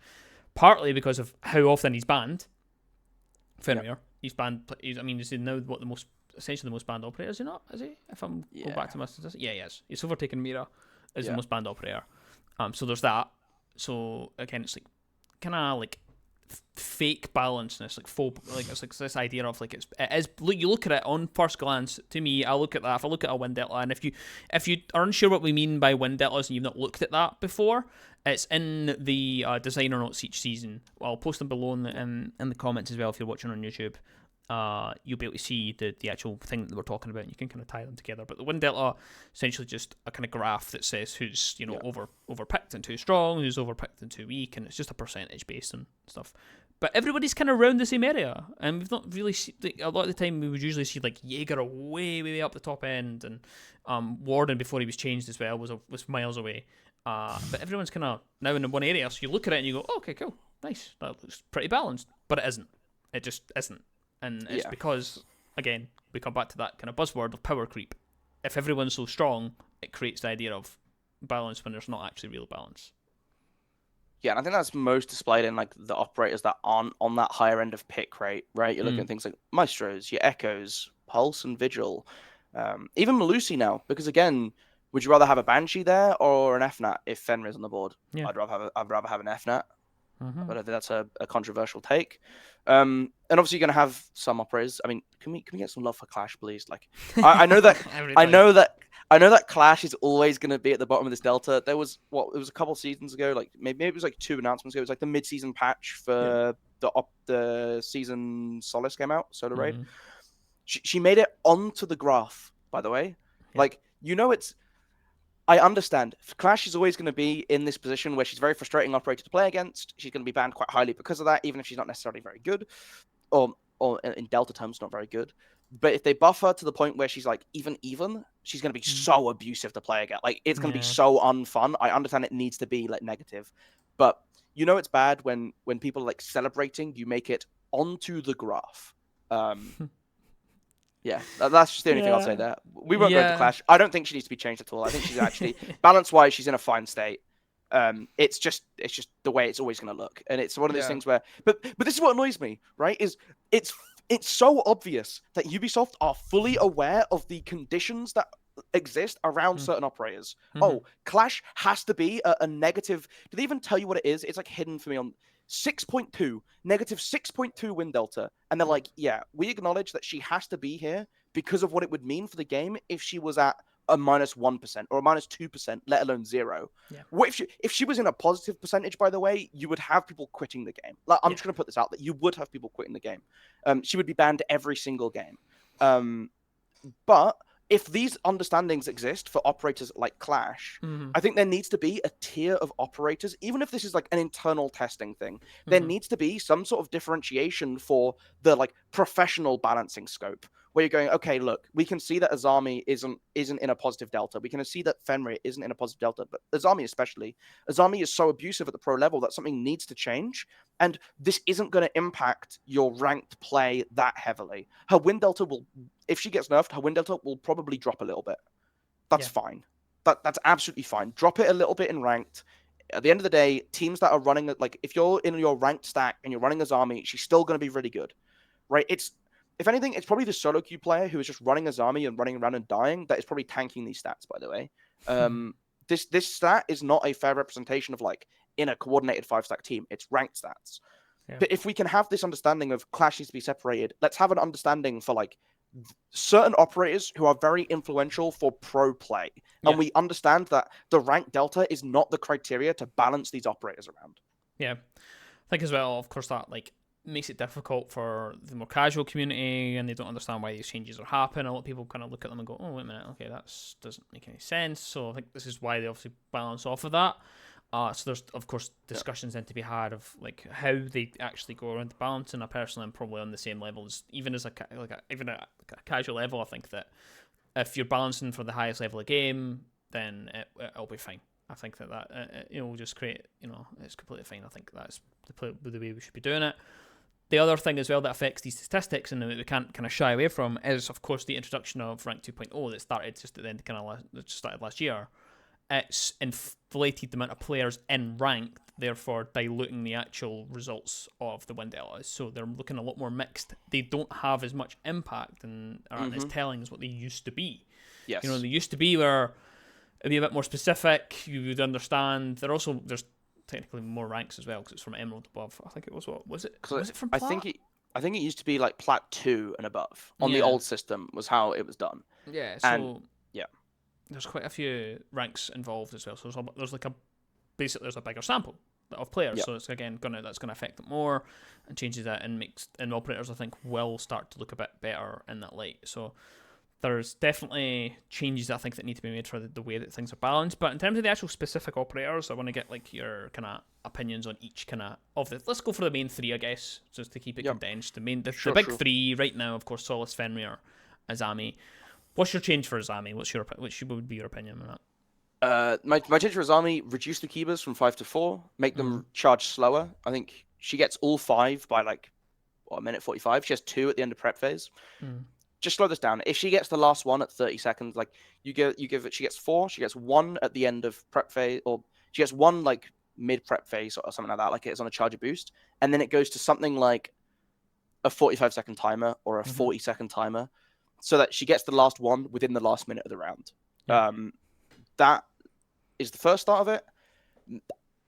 Maybe you can keep the timer somewhat as is, a little bit slower, but you make the keybers not last infinitely. I think that's the most important change you make. The keybers last for 30 seconds. That way, you have to actively play around them. If there's a keyber in a position, there is someone playing that keyber for the 30 seconds that lives. If you want to hold on to CCTV on border, for example, you can't go, I'm going to throw 1 keyber on the desk looking at the window. I'm going to throw 1 on the pillar wall to stop the angle from the breach side doorway and the soft wall. I'm going to throw 1 on the door, on the soda machine by vending to give it this really awkward one-way that they can't contest me from. And I'm going to throw my 4th one, I don't know, somewhere on the desk again to like, on the desk next to me to give me a sort of like weird vault angle where I can look over the top on the desk, right? Those, you shouldn't be able to do all 4 of those at the same time. If you want to contest the window, you should commit to contesting the window. If you want to then be able to contest the window and block off that angle from printer, you can do that, or from break, sorry, not printer. You can do that, but you now are limiting the total time that you, with your gadget, can stall for. I think this is the balanced way to do it. Maybe 30 seconds, maybe if 30 seconds is a bit too extreme at the start, make it 45 seconds. And then, obviously, attackers are still going to, like, blow these up to get through them in that time frame, but it means that you're not seeing these sort of, like, castles built up in the prep phase that you now have to deal with throughout the entire round. It relies on the Azami to be in the right place at the right time to deal with the threat. Yeah, I think you hit the nail on the head, to be fair. I think those are pretty much the changes that I would kind of advocate for as well. Moves are from a slightly different style as well. Moves are more into that kind of denial operator as well, which I think is fine for where it would be. So again, I'm pretty happy with that one. I think that's a pretty good suggestion. Fenrir though is a bit more difficult to kind of nail down what the kind of change should be. 4 total, 2 active at a time. I think that's the change for me. Yeah, I think that's the change for me. Maybe make it so that if the last one gets shot, so obviously at the moment one gets shot when it's active, you lose that one as an active completely. You can maybe change that. At that point, I think it's still fine the way it is, right? If one gets shot while it's active, you lose a total activation. That might just be enough to have 2, or maybe you make it so 3 can still be active, but you only have 4, and that way you don't have this sort of ability to play what we've seen a lot of Fenrir doing, right? Which is I'll throw my first 2 pretty far out, like if you're on like an extended hold, for example, like let's say you're holding gym bedroom and you're pushing cash side, right? You put one on that cash doorway, they walk through cash, they get stuck, they shoot that one out. Okay, well there's another one on construction doorway and another one on master bedroom doorway. By limiting just the total number you have to be a little bit more cautious with how you place them. You still lose them as they get deactivated. So I think a 2-4 split or a 3, like when I say 2-4, I mean 2 active at a time, 4 total, or 3 active at a time, 4 total. Something like that is the place to start for me. The other thing that I think needs to change is that they need to be on a timer. When you activate a Fenrir, if you back away, it goes on like a 10-second timer, like a recharge phase, let's call it. Even if it means for that recharge phase, it closes. It stays active, but it closes while it's charging up. The fact that I can walk through a doorway, get Fenrir, back up, and I know that the moment I walk through this doorway again, it's going to still be there. If we compared it to Ella earlier. If I walk through a doorway and get Grismot mined, I know that if I'm close enough to escape safely, I can walk out, and then I can wait for the effect to wear off me, and then I can go again, knowing that utility no longer exists. Not only does this utility still exist, it is immediately going to activate again. It's like, that should just not be a thing. Put it on a timer, put it on whatever. I don't mind how you have to do it, but make it, like, give it a depletion length. Make it like goggles that run out, like Warden's bar. Something like this, where there's a total amount of fuel it can go, and then it shuts down to a recharge phase for like 15 seconds while it like refuels or whatever. Make it so that if I go through it and activate it and leave, I can go through again without it just immediately activating and still being a threat. Yeah, I quite like that. I think I would be a bit more aggressive with the actual gadget itself and the changes. Like the first one for me is that the actual effect is shouldn't affect once I leave the area of effect. I think for me. It's still got that weird transition where I still can't see anything when I'm not actually in it, and it's a bit weird. It's just doesn't feel consistent. It doesn't feel balanced, and it's kind of strange that this this operator came out, of course, the same year that the Frost rework came out, when that operator was changed because they wanted to give power to both sides. Whereas you walk into a Fenrir gadget, you don't have any power. Let's be honest. If that's at end of you're 95% of the time you're dead. Unless you've got someone there, you're either going to be playing for a refrag, you've then either got the information that there's a Fenrir there, and then someone could try to destroy it. Of course, you can make arguments that you should be droning them out and finding them and stuff like that. But again, if you're fighting against a Fenrir and you just decide, I've actually got one in my pocket, throws it out and then activates it, then it's a completely different story. If you've brought someone who maybe doesn't counter a locked Fenrir, but counters the open one, I don't think Twitch destroys them when they're locked, it can destroy them when they're open. So things like that, you may not quite have the right combination for it.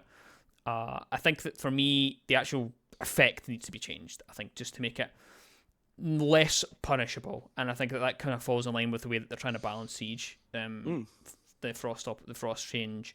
They're always talking about making things kind of power, like each side having a kind of say in it, and I feel like right now when you walk into you get nearsighted, you can't see a thing. I don't know, maybe they want to make it just half your screen so you can still see the bottom half, you can still see someone's legs. I don't know, however what the actual specific change would be. I just think I want to see some sort of change on that actual interaction, because right now walking into a room and then losing everything seems like very punishing. What it is. It's like the Grismot thing. You Grismoted, you can still kind of see, still kind of react, and you know that it's not going to go on for a crazy amount of time, and you know you're not going to get hit again. Whereas you're in a Fenrir, like, I mean, how many times you have Fenrir and you just completely panic? You're like, oh, wait a minute. Oh, actually, I don't know where to go. You know, I don't actually know. And it's a bit of a nightmare. So I think that's probably, I'll be a bit more aggressive for the change. But, like, overall, I think the changes to, like, maybe the mounts and stuff might work. But we'll see how they kind of go about it. And then, obviously, the other operator to discuss is Solis. I think that she's the hardest one to change. I think. So I have two immediate ones that come to mind. First of all, disable her gadget in the prep phase. Yes, obviously. The whole point is that you want to give the attack the opportunity to scout things out. But then they have an operator who, the moment the drone enters the building, they hunt it down. How many times? Like, you literally see teams have this idea of the Solis is not part of the preparation. They set their preparation around a 4-man team, and they go, Solis, your job here is to run around and destroy as many drones as possible. You will see people invest impact grenades to throw through drone holes to catch outside. You will see runouts. Solises will run outside at the start of the action phase to shoot a drone or 2 drones and then run back inside again because they're like, if I can get these tools off the table, it's so valuable. Disable the gadget in prep phase. The second thing is her gadget needs to be, I say needs, but in my opinion needs to be on it needs to deplete much, much faster. It should be active. If you have it on for 20 to 15 seconds, it fully uses it. Yeah. But then it recharges quicker. So you spend more time going on and off the gadget, which gives more opportunities to catch the Solis in a position where they're not ready. So it increases the skill of using the gadget. Because if you're doing it on cooldown every time, there's going to be like these big windows of opportunity where you're not on your gadget. Where you're on your gadget, no gun ready. The second thing it will do is it will prevent the ability for the Solis to activate it and then just run around the entire map. Because I don't know what the current timer is, but you can do like full laps of bank middle floor before that timer runs out. Yeah. You can do full laps of... And if you can do it on bank, you can do it anywhere, is the general rule of thumb. Because of how big that map is. You can scan for so long and for so much time and find everything. They need to make it so that it's more of like a burst use gadget, in my opinion. So it runs out really quickly, but it recharges a little bit quicker than it does now, so that you can then use it again for these short bursts. If it fully runs out, it goes on like a short window where it's going to take a little bit longer to replenish, so that you're incentivized to like keep an eye on how long you're using it for. And like you're using it for specific things, not just like I'm sat in showers on Oregon just waiting to see if a drone goes near me. I have to like, if I think there's a drone, I have to like use it carefully to do that. And I think it gives a bit more counterplay or windows of opportunity, I guess. Yeah, I think that's a good idea. I think, of course, I think the reason that it's just harder to balance is like because it's one specific gadget. It's kind of like IQ. Like you go too far and you end up with just like another IQ scenario, and that's what I think. I think they tried to do that. I think they tried to make it different enough from IQ that it didn't feel like you were just kind of copying another gadget. So, and I think in doing that, they made her really, really strong. So I think that's the issue. I think I'd like to see her like locked into an actual interaction a bit more, like just actually make the actual having like pulse. Like when he uses his thing, you actually have to actively have it out and put a lot of effort in it. And then by the time he kind of puts it away, then you know that intel might not be quite as good as what it was. I think that could be discussion again on that kind of change. I think that's like a nice way to do it, but. Then I think everyone's in agreement that those are like the 3 that need to be tweaked. I think they do need to, at least at the highest level, because again, I mean, they're the only people. It's only one of those 3 that get banned all the time, and it gets a bit stale to watch, and we never want to have that in Siege. It's a game so big, so dense, so much happening in it. We don't want to be seeing the same people every single time. And that's why you pointed out the Maverick earlier. You don't want to be seeing now Maverick every single round because of the Tubarao pick. We don't want to be seeing that, and that's why we want to kind of go for some changes to these operators. And I think those are the kind of main 3 to kind of focus on. But further to moving on from our kind of balancing discussion and the actual the season and stuff like that, we do have one more kind of topic to kind of cover before we wrap things up, and that's just a kind of esports segment, I guess. So we'd like to have a little bit of discussion of a few different things. But the main one this week, of course, we talked about the Atlanta Major last week. This week, we're just kind of focusing around like off-season kind of tournaments. Whether they are officially kind of T2 level tournaments or not. And again, if you don't know what the kind of tier system is for esports, if you're completely new to esports, feel free to drop some comments down below if you're on YouTube. Ask some questions, we'll maybe do a segment on that, explain the different levels of esports. But pro level, of course, and then essentially everything outside of that is what we're going to cover as well. So today, it's everything outside of the pro level. So it's off-season tournaments. And the one, obviously, the main one to start with is South Breach. That's the EU side. We are in EU. South Breach is currently ongoing just now. And the reason we're going to bring it up, of course, is it's relevant. It's happening just now. And there's discussions on the formatting is the kind of thing. The reason I want to bring it up, of course, you have your own kind of opinions. But comparing that to the likes of Element 2 and the NA, I think there's discussions with the format and the way that these things are done. Because there's a lot of qualifiers for South Breach. And there's a lot of community casting. Whereas Element 2, it has its own dedicated production throughout most of it. There was a little bit of community casting, but it has specific to its own production thing a bit longer than what South Breach has. And I think I'd like to see a bit more of that with you.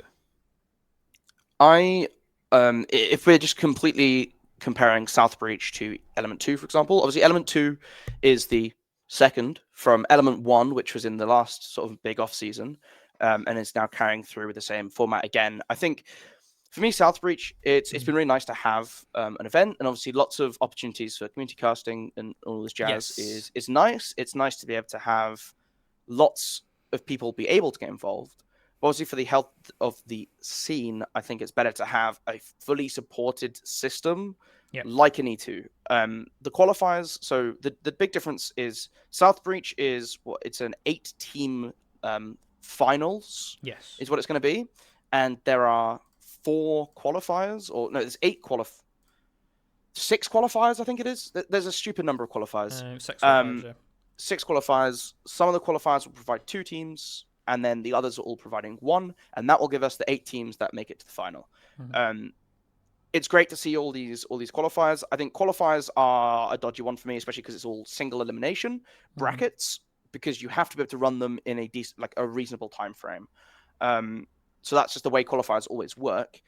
It does sometimes mean that if you have like a bit of a dodgy day or someone can't make it, you obviously end up not being able to have your full run, which is why you have so many to ensure that all the teams get there. Element 2, on the complete contrast, is a 16-team division, effectively, with the Swiss stage. So Element 2, Element 1, SCS before it, all ran this Swiss stage, which is now being used by Blast at the majors. So it's if you watch the Atlanta, exactly the same system. You play best of ones. If you get a win, you play against another team that has the same record as you. So 1-0 teams play 1-0 teams, 0-1 teams play teams that are also 0 and 1, and 2, same for 2-0, 1-1, 0-2. And then when it's your final game, 3 wins and you're through, 3 losses, you're out. That third game, or the game to determine promotion or elimination, I should say qualification, not promotion, but you know what I mean, is a best of 3, not a best of 1. So it's a slightly longer series where you have to sort of be able to prove yourself a little bit more on a deeper map pool to then show that you deserve to be in the playoffs, which is, again, brilliant. My biggest problem with the Atlanta Majors Swiss was that it wasn't best of 3s to promote, which I would have liked to see, just to see more Siege. But for time, I understand from a logistical standpoint why it wasn't. From a pure competitive integrity standpoint, it would have been really nice to see. But it is for E2, and that's been great. Unfortunately, I missed the 1-1 games and the 2-0 games. I did catch the elimination games that happened 2 nights ago. So we're currently kind of in the middle. We're getting to the mid part of that E2 series, which is really cool. And I think in terms of having a stable broadcast and support for for below the highest level, for both teams, but also for especially from us as talent, right? We're looking at things being having that sort of extra sort of support and security in that tier is really nice to see NA get, and it's something that I think, at least on a personal level, I'm quite a little bit jealous of, right? It's like, of course. Well, I want this really cool, really nicely done, high quality, full league for us as non-professional talent, non-professional casters, non-professional observers and producers to be able to put together. I think would be really cool to see. But in terms of especially because we're EU, we got the better quality Siege. Exactly. It's a bit of a strange one, isn't it? So there's the 2 aspects, of course. There's the aspect of the teams have less to play, so best of 1s elimination versus for the likes of the Swiss stage. That's the simple comparison. So for a team level, It's a slightly better format. They have more lives, if you want to call them that, and more opportunity to qualify and actually kind of show off what they can do instead of just having a kind of do or die. So there's that aspect. Then there's, of course, we're approaching it from a bit more selfish aspect, which is like the actual T2 or below professional level production and talent, like what we are. Of course, me and you were casters. We casted a lot, and again, it is a bit disheartening to see the NE scene getting a full production with any T2 talent all getting kind of involved, and we're friends with a lot of them. We know a lot of them. We've sat in calls with them, watching some of the games. We've had discussions with them. I've casted with some of them as well, and it puts us in a difficult situation as well, because we're like, should we try to get involved in NE because we don't have it in EU as much, and it makes it a bit tricky, kind of muddies the water for us a little bit, but I just want to see a bit more when it comes to that for the production. That's what I want to see. I want to see more platform given to non-professional talent. I think I just want to see more Siege in general that's casted, that's produced, and less community casting, because I love community casting. It's close to my heart. We do a lot of community casting here. Yeah.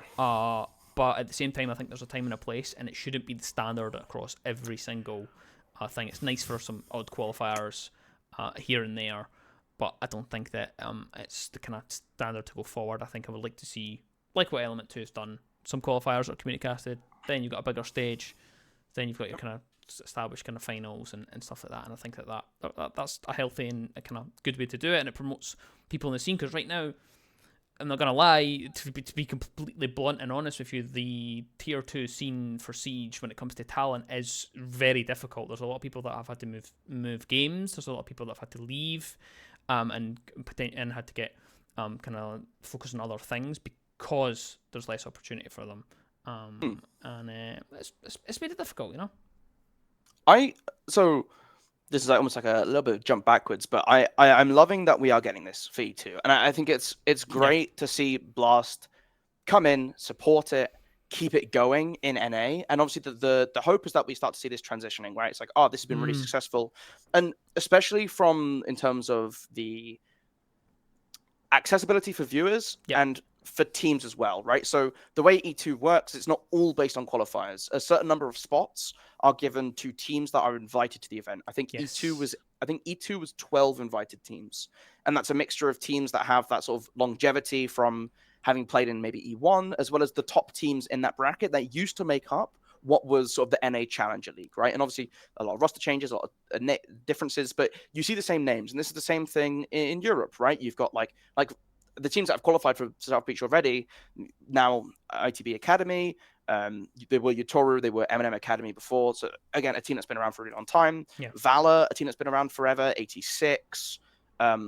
You have Peter as well, or Sons of Peter, which is like a weird amalgamation of like the old Makers roster paired with some of the wild players that looks their run through the quals was really funny to watch, actually. Just watching it, like, again, the problem is it does this thing, right? Where when you have these teams, for example, these are teams that should just be invited to the event because we know that they are really good. And you look at something like League of Challengers, which is running sort of as a homage to the old Challenger League system in Europe, but that was all done off of invites. And you can see it was done of 6 invites and 2 qual spots. And you can see what that does for the quality of the games being played, where you have teams that come through qualifiers against other teams fighting for these qualifier spots that should be fighting for qualifier spots. That makes those qualifiers really competitive.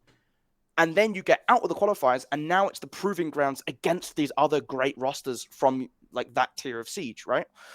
And we're sort of missing this with South Breach, in my opinion, where you're looking at teams where they have a really good run through a qualifier, but then they play against Valor. Oh, okay, well, you've pulled Valor in your semi-final or in your quarterfinal, and Valor are, the team that they're one of the top teams in T2 Siege, right? So it's like, well, you probably could have made it into, if it's 8 teams with 6 invites and 2 qual teams, you're one of those teams that are fighting for those 2 qual spots.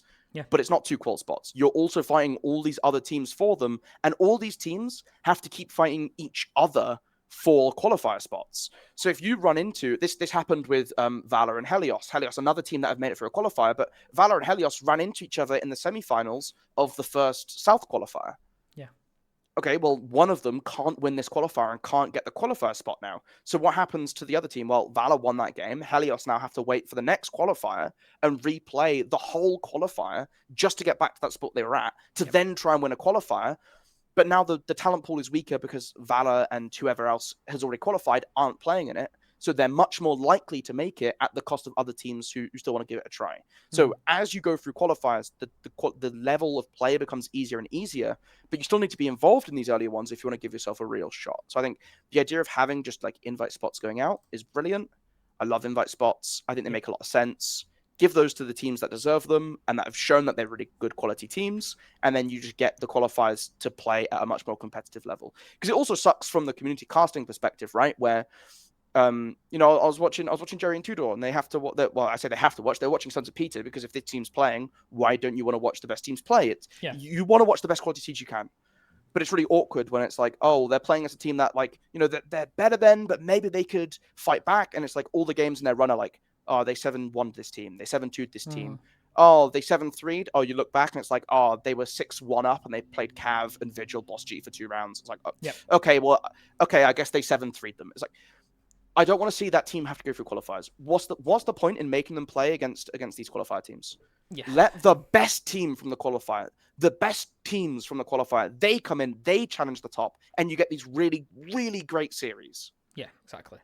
Fully agree with you on, I fully agree with you on that kind of point as well. And that also kind of feeds into the actual format that EU has kind of came under for the Tier 2 tournaments. In that we haven't had a Tier 2 one. We haven't actually had our own one because they've all had the Blast Star 6 teams as well. The EUL teams have been involved. So you've got it at 2 levels. You've got the really below level, you've got your Tier 3 and Tier 4 teams who have to come up against the established T2 teams and struggle through qualifiers. So you've got that. That's already really difficult. And then once the T2 teams and if they're lucky, a Tier 3 or 4 team get through, they then have to come up against the final boss, the big guys, the EUL teams that have qualified from it as well. So it's not really a Tier 2 tournament. It's just an off-season tournament for everyone in Siege. And again, this is the nice thing, and this is kind of, I guess, the call that this podcast has kind of became about now, and that we want to see an equivalent of Element 2 in the UK, or EU even. EU. UK would be nice, but yeah. But EU anyway. Because again, it is fully fledged, just amateur Siege.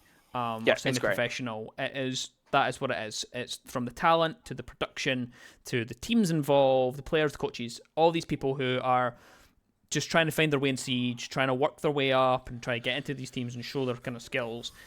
I think that having them mixed is difficult, and I don't think that it's the best health going forward. I think we will see things. I think this is, of course, we can't shy away from the point that we know for a fact that this year has been very experimental. It's the first year Blast have taken over. They've tried some new things, the 2 stages. Again, that's all fine. And again, we're at the end of the year now. We've seen the 2 stages. We're coming up to SI. We know kind of how it's kind of finishing off. We know what the last off-season tournaments are. So at this point, this is kind of, I guess, our feedback and stuff, is that this is what we want to see going forward, and what the kind of discussion is. This is why things like League of Challengers existed. That's why they were made. This is why there's been a lot of community events, community LAN. Just to shout them out for a second, organised by one of our good friends. Amguns, I think that's what you say his name. I might butcher it, but I'm not 100% sure. He organised that himself, set that up. It's in London. It's in February, so if you have got your tickets, go and get them. But because we're going to be there, it's community LAN. It's literally what it says in the tin. Everybody getting together, playing some Siege on LAN, and that's what it is. And it'll be fun. We've seen a lot of people take it into their own hands and run things this over the last kind of year or so, and they've been like, I want to run a tournament, I'm going to run a tournament, I'm going to do this, and that is just a byproduct of the way the format is done. So it's kind of just a feedback is to kind of say, this is what our ideas are for the format changes. We think this, we think XYZ. You kind of said it perfectly with the way that it's actually set up. I'm approaching it more, and this is where I guess we kind of complement each other. I guess I'm approaching it more from the talent aspect, and that I want to see kind of budding talent coming up through and being platformed. Of course, from the selfish point of view, that's me and you. But then, of course, you've got, Jerry and Tudors, who got involved in League of Challengers. You've then got all the other people that we've been working alongside for the last year in bringing Talent League Titan series together. All these amazing producers. We've got Epsilon, produced a lot of that. We've got Leia, Dianic. There's I could literally list the better part of like 20, 30 people who've been involved in just the below professional level and actually keeping the scene alive and producing Siege, producing it, observing it. I mean, Nanos just popped in my head as well. They are the amount of people going out, and for people listening from an esports aspect, they might not know who we're talking about or what we're talking about stuff like that. But that's just something I want to kind of highlight, and I think that there's been a lot from the community has been put in this year to kind of make up for the differences in the format. And again, we understand that it's a slight change to the format, it's a very kind of transitional year, and that's fine. But I want to see all those people that I've mentioned, everybody kind of rewarded and getting their own tournament in EU. Yeah, and like again, League of Challenges has been a banger. Some of the games in that, and that's another example of a tournament where invites are really important, right? Because we've seen the teams that came through those quals have been upsetting big teams and looking really, really good. Yep. It's been fun. Exactly. But more EU tournament, we've got really good caliber teams. Like I think people. So obviously, if you're not aware, and if you are, I'm sorry to bring back the tiers, but we used to have an insane NAT system. Yes. It was, you had GSA, Nordic, UKIN, and UK had such a big scene, we had 2 divisions to it because it was just that big.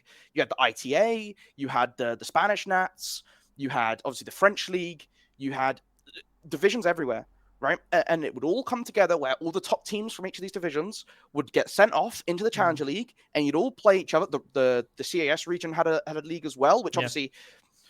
The Empire roster that won Raleigh came from this. It was Run Factory, then it became Empire, and then they won Raleigh. So Navi came through this system. They came through UKIN. They came through Challenger League. They came into Pro Play. They won Tokonami. Like Europe as a region has always had really good teams coming through this system, coming from. I'm going to say nowhere. They were nobodies who played in the national leagues, who did really well, who came together, who put runs through Challenger League, who came up to the top, and are now like the biggest names in the game. Doki, SI winner on G2, comes from like Vexed days back in like he's been playing since like what year 2, like in like year what, like maybe year 3, and like UK Premier League before UKIN existed. Like these players have been around forever in these grassroots scene that have consistently churned out insanely talented players. Yes, and we are losing that a little bit in EU. Like we still have insane players in this scene, but it becomes harder and harder for people to stay around in the scene if there aren't these tournaments, if they aren't these events that actually give you some sort of validation for the time you put in. And I'm really pleased to see that we've seen some really high caliber level teams and players stay around in Siege, because again, Siege plays like nothing else. It's the reason we both love Siege. It's because Siege is the best game going. It's the best esport going. The tools given to us as like the people who love Siege to enjoy it at its fullest may not be the best in the world, right?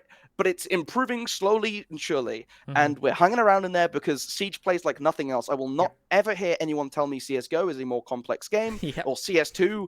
Like you can shove it, you can go sit outside and sit in the rain and talk to yourself. Like I don't want to hear it. I don't want to. I don't want to hear. Oh, but I have to learn my Molotov lineup. Don't. Just save it, mate. Just save it. Siege is the most complex, is the best game going. We love it for a reason. And to be able, I want to see it just grow in Europe. We have such a rich history that I don't want to see us lose. Give us a big tournament. Give us more big tournaments for not pro teams to show off what they can do. Yes. I think that one more thing, actually. One more thing. Give us SI last chance qualifiers back. Why did they go away? The best thing about the off-season, in between the end of the stage and the SI qual, or SI, was those quals. We saw consistently teams that weren't pro teams make it to these events and have really makers. Look, sure, they didn't get out of groups at that one, but like the groups were a bit weird at that SI, like sure, whatever. Like they made it to the event. They beat out in a bracket with like, I can't even remember who it was at the time. That was like, they beat like 3 pro teams to qualify for that last spot. I think they beat like, was it like Secret and was it Eminem or Wild? I can't remember who it was at the time, but they beat like 3 T1 EUL teams to make it to that event. Parabellum coming through. They were like a Canadian Nats team. Yep. Back when Canadian Nationals were a thing, and then it was sort of like weirdly tied to NA. Good teams come through these runs. Yep. Good teams. TSM, G2, they came from the last rounds and won the whole thing. Like, just give us those back, please. Just give us those back. Yeah, exactly. I think...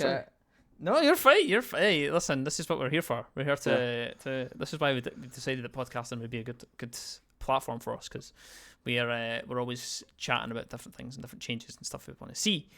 But I think to kind of put a bow on, I guess, the whole episode is that Deep Freeze, of course, it's been a bit of a ropey launch.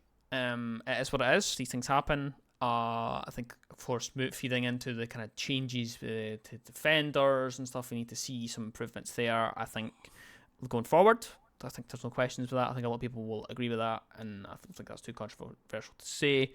Again, coming to the off-season as well, there's a lot more tournaments we could go on about all day. There's obviously Rush Series in Brazil. There's the MENA one on just now. What's it called? Rect.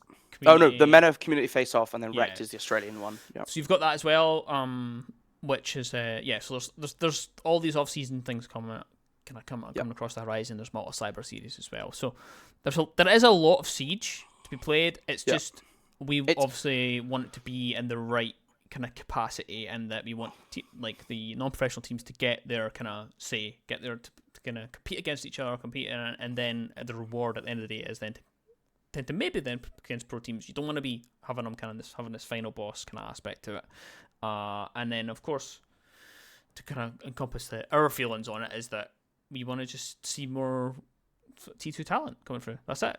That's like the simple aspect to it. It's been there's a lot of people kind of around us that we know that are want to watch more Siege. They want to shout at Siege. They want to observe Siege. They want to produce Siege. They love the game, and there's just a deep love for Siege. You said it perfectly that that's one of the best games there is. I love it to our core, and we just want to talk about it. We just want to enjoy it to every aspect to see as much as we possibly can at every single level.